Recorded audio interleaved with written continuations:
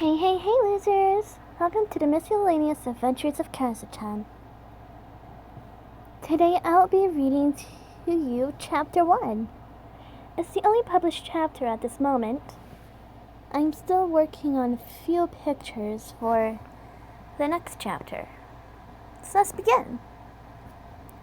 Hi there, my name is karisu-chan, and I am from Red Raven River. I'm assuming you already read this book's description, but I'll just assume that you have no clue what is going on because, let's be real here, a lot of you Earthlings don't read the description. Especially you teenagers. Most of you just go off whichever title looks coolest. But if I'm being completely honest, I do too. So allow me to give you another rundown of some basic information. First off, I live in a town called Red Raven River, which is given that name because of this long river that runs right through the middle of it. But it's attached to our sewer system, which attracts red insects and diseases. But we tend to get a lot of birds, mostly being a weird raven-looking creature with a beak like a barn sparrow or baby owls. And we also get a creature called a birdling, which is kind of like a tengu, but different personality-wise. But we will touch more on that in just a bit. Now for the country. I live in the kingdom of Gandamoria, which is a monarchy and is ruled by 35 different people.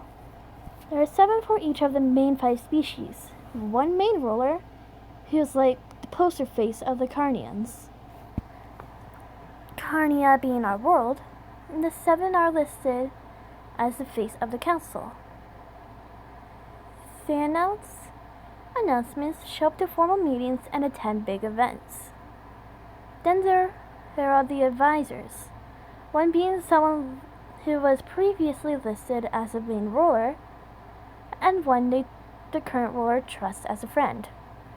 Then there is a bodyguard and a mate to ensure the people of the council are well taken care of and protected. Finally, the sacrificial bride. These are given to our god to take care of our mother tree and to appease him so we may have good weather, a bountiful harvest, and peace amongst ourselves. Finally, the backup sacrifice, in case our main sacrifice doesn't make it in time. But that is once again a subject that I'll be utilizing in a few more paragraphs. Next species are the 5 total species, there are 5 total species. There are werewolves, Nicosepas, birdlings, and stagmen. And of course, humans.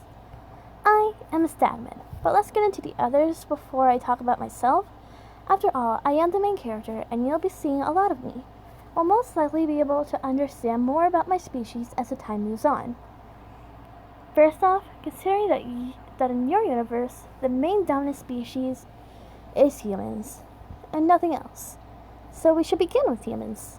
Now, humans weren't born with any extra special abilities or body parts beyond their opposable thumbs and brains, which means they are very imaginative and good at problem solving.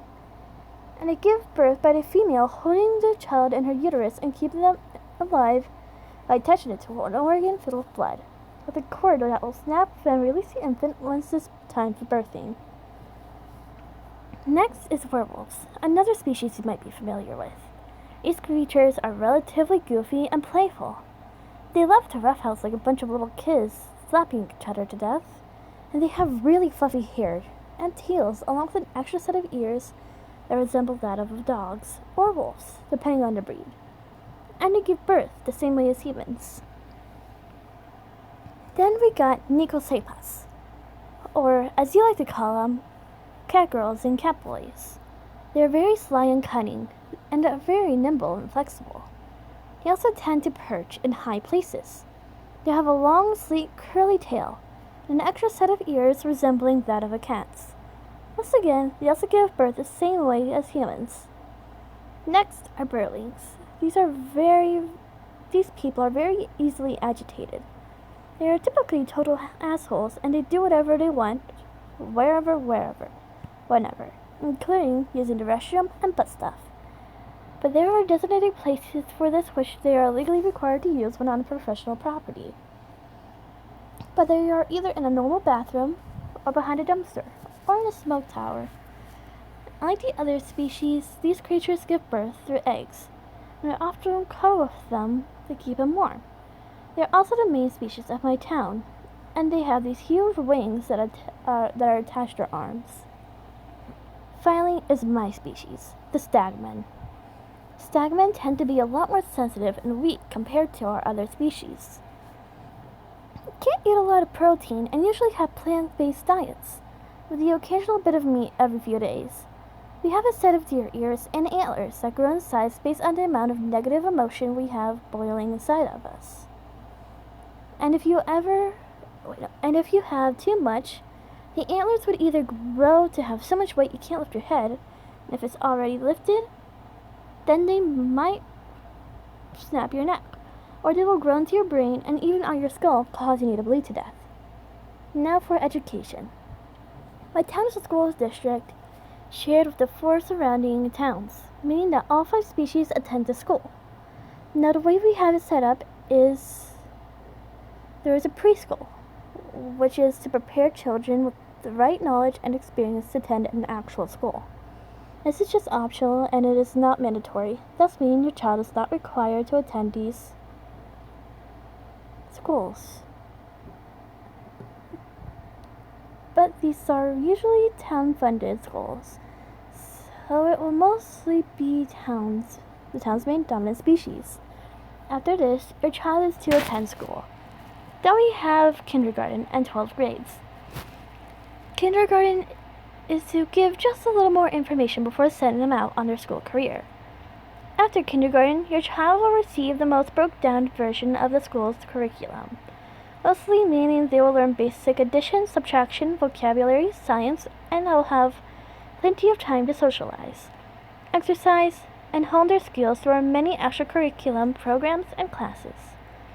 As time goes by, the child's education will advance, and every 3 years new learning opportunities will be added to your child's education. They may pick them as they please as long as they pass their core classes. By 6th grade, your child's mandatory education has been completed. But anything after that will have to be paid for with your own money or a scholarship given to your child from their extra classes. Now for our religion. All 5 of the species believe in the most popular religion, that being our imagination. We believe before we were here, there was a man or woman or whatever, but they were human. They did the unthinkable and birthed 4 animals, and the offspring took on a human form, with their major body parts of their parent. And from there, they bred with the stagmen to make humans and more stagmen. They lopped off their head once it was all done, but most believe that breeding with lesser species is a shameful deed. So we thank our Lord Shuni for doing this, so he may have life. But sometimes our population runs thin, and food goes scarce. So each species offers a sacrifice in turn for good harvest, nice weather, peace, and the main ingredients for reproduction. Now finally, I have to go now.